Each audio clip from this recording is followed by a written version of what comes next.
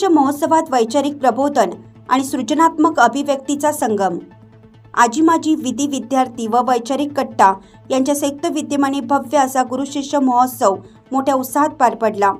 कार्यक्रमाचे उद्घाटन माननीय ॲडव्होकेट अमोल सावंत, सदस्य बार कौन्सिल महाराष्ट्र व गोवा, माजी उपाध्यक्ष महाराष्ट्र व Goa bar association, guardian member of bar council Aurangabad branch यांच्या हस्ते करण्यात आलं।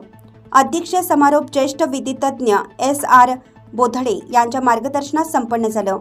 कार्यक्रमाचे प्रमुख वक्ते, लेखक, पत्रकार संजय आवटे यांनी आपल्या तीव्र भाषणातून उपस्थित तरुण वर्गाला वैचारिक खाद्य दिले। त्यांनी जातीभेदाची चर्चा करताना सांगितलं की जातीभेद हा केवळ सामाजिक विघटन नाही, तर तो थेट देशाच्या अर्थकारणावर हल्ला करतो।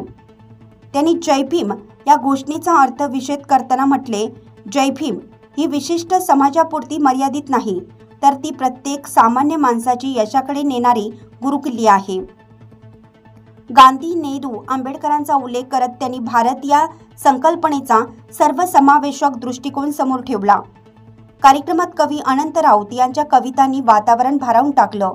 बा भीमा, तिच्या एका इशाऱ्याने अख्खा रस्ता बदलणारे, मित्र वणव्यामध्ये गारव्यासारखा अशा कविता सादर करत त्यांनी श्रोत्यांना विचार मंथनात सहभागी करून घेतलं। त्यांनी गांधीजी, डॉक्टर नरेंद्र दाभोळकर व त्यांच्या मारेकऱ्यांवर प्रभावी कविता सादर करून सामाजिक प्रश्नावर प्रकाश टाकला। या कार्यक्रमाला विधी विद्यार्थ्यांसह प्राध्यापक, वकील, पत्रकार आणि विविध क्षेत्रातील मान्यवरांनी उपस्थिती लावली।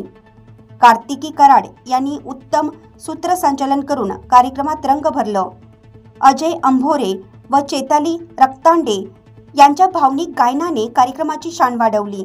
शेवटी रोहित जाधव यांनी उपस्थितांचे मनपूर्वक आभार मानले। हा गुरु शिष्य महोत्सव नुसता एक कार्यक्रम न राहता एक वैचारिक चळवळ ठरली, ज्यात तरुण वर्गाने भविष्याचे नवे स्वप्न पाहिले।